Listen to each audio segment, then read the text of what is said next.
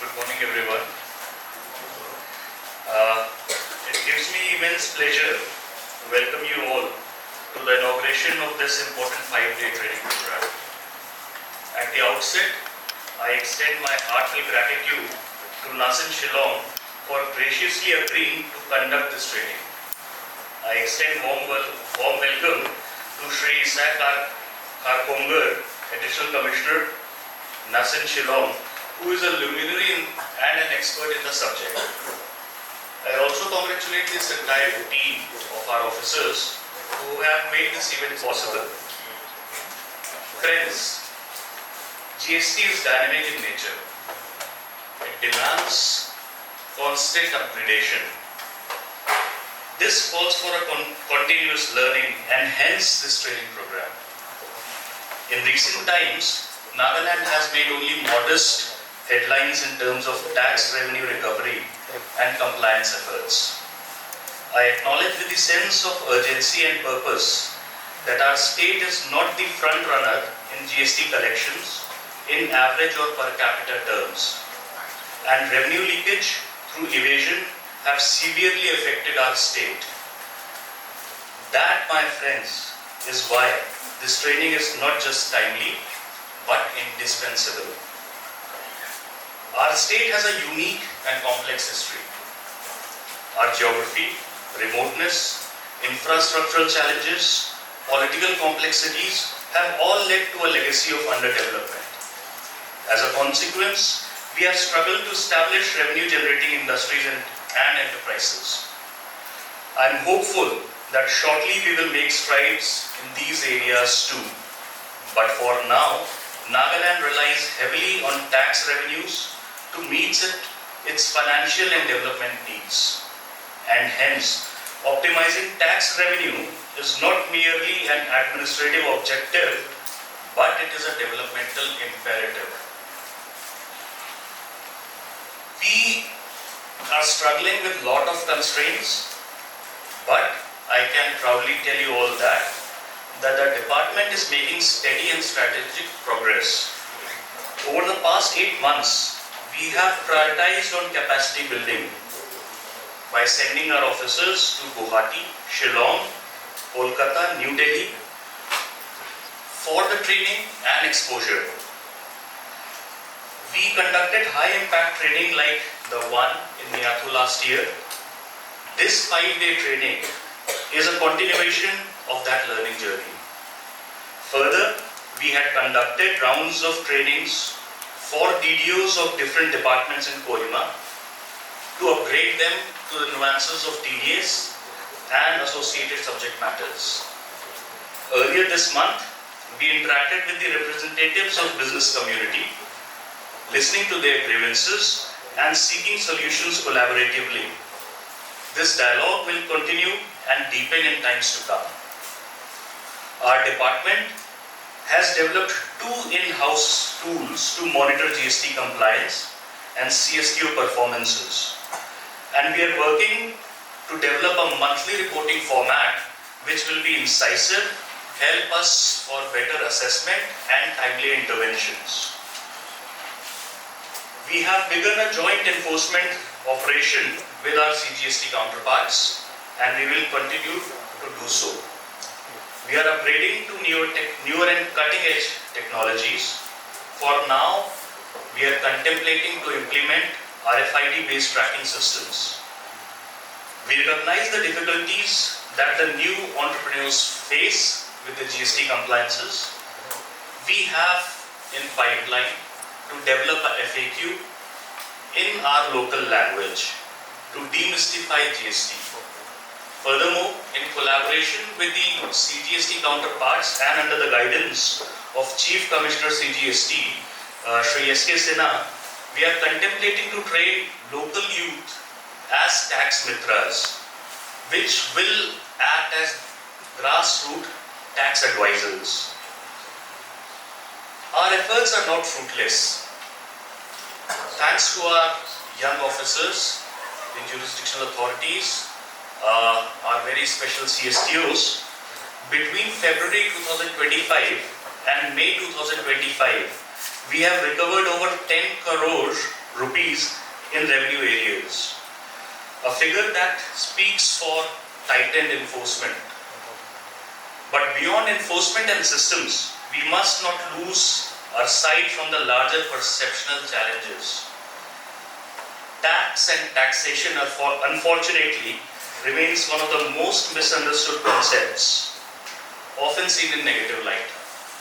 But we have to appreciate and understand that the sprawling network of roads, developmental schemes, infrastructure, and everything associated are all financed through the proceeds of tax. The misconception is many a times manufactured. We know of cases where consumers are advised not to take bills, despite the fact that the price was already paid by the consumer, the tax was inclusive of the MRP. But if the consumer had not taken the proper bill, the tax proceeds which was due to the state and the government will never arrive, and as a result there will be a revenue loss, which is a sorry state today. This has to change, and we will change it. A comprehensive public awareness campaign shall begin in July, where we will not only go to people to inform them, but to inspire them and to make our partners. For Nagaland to thrive, tax compliance must become a people's movement. The GST regime has made every registered business establishment as a tax collector, entrusted with the responsibility of collecting the tax from consumers and remitting it to the government. However, there are loopholes in that, which we intend to plug. Friends, today we begin not just a training, but a renewed commitment, a journey to introspection, upgrading, and rededicating ourselves to become the custodian of compliance, the torchbearer of transparency, and the guardian of Nagaland's financial future. May the Almighty guide us and strengthen our mission to make our state a better state and to guide us and to take our state to a better future. Thank you so much. Respect to our resource person, to express our gratitude and appreciation, and to say thank you for coming to conduct this training course. We would like to honor him with a small token. I request Sir Isaac R. Umar to please stand up once. And to do the honor, I request our Commissioner of the Taxes, Sri Abhinav Shivam, to kindly hand over.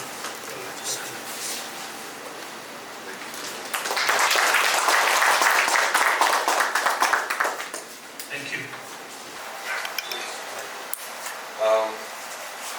Commissioner of Taxes, Sri Abhinav Shivam, Special Commissioner of Taxes,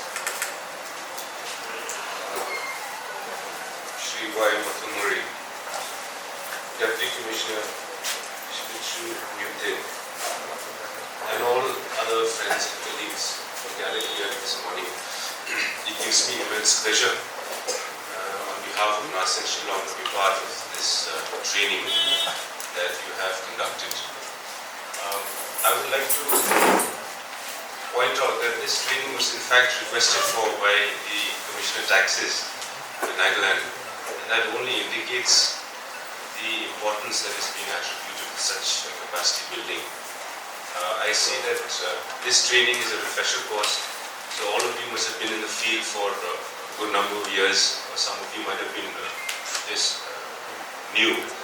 Nonetheless, learning, as the Commissioner was saying, is a continuous process, and it does no harm for us to keep on upgrading our skills now and then.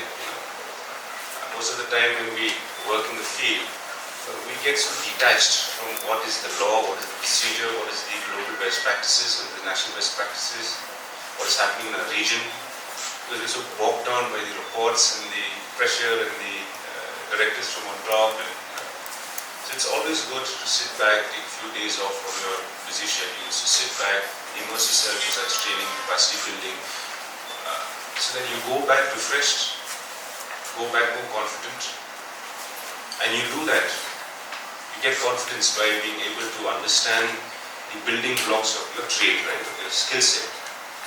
And for us, whether for better or for worse, in GST, the building blocks are the law and the procedures. We can't escape that. And even amongst the law, there's so many categories of law. You have the Act, you have the notifications, below that you have the circulars, you might have your office orders.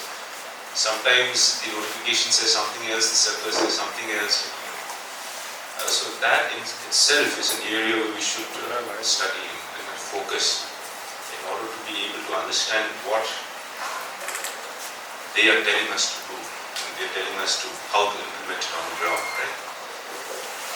According to me, that is the most important aspect for any taxation officer, to be confident of what the rules say, what the laws say.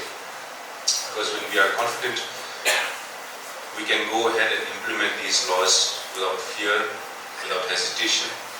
If there are queries that then come from the trade, why should we do this? We are not supposed to do this here.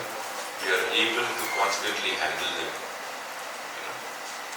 with firmness and with an authority that is backed in law. It's not your authority or my authority, it's actually backed in law. It's, I think, very important for us to be able to know that. So these trainings hopefully will motive, the end result, what is the impact for us to be able to go back to our respective desks with that sense of confidence, right? That sense of sure of what we're doing. And that obviously in the long run will help in achieving your departmental goals, your mission. It's increasing your collection, detecting more cases, fraudulent cases, helping the state generate more revenue. As the Commissioner was saying, there's no doubt of the importance that we do. We might not be face to face with the public and therefore we are not known, but we are face to face with our assessees, right? And how we conduct ourselves, how we are able to go about as per the rules is very, very important for the state building, for nation building. We do an indispensable job. All the developmental projects that have been that you see around you, outside the northeast and northeast within the state, all of it are funded by us. So we should have that quiet satisfaction in what we do.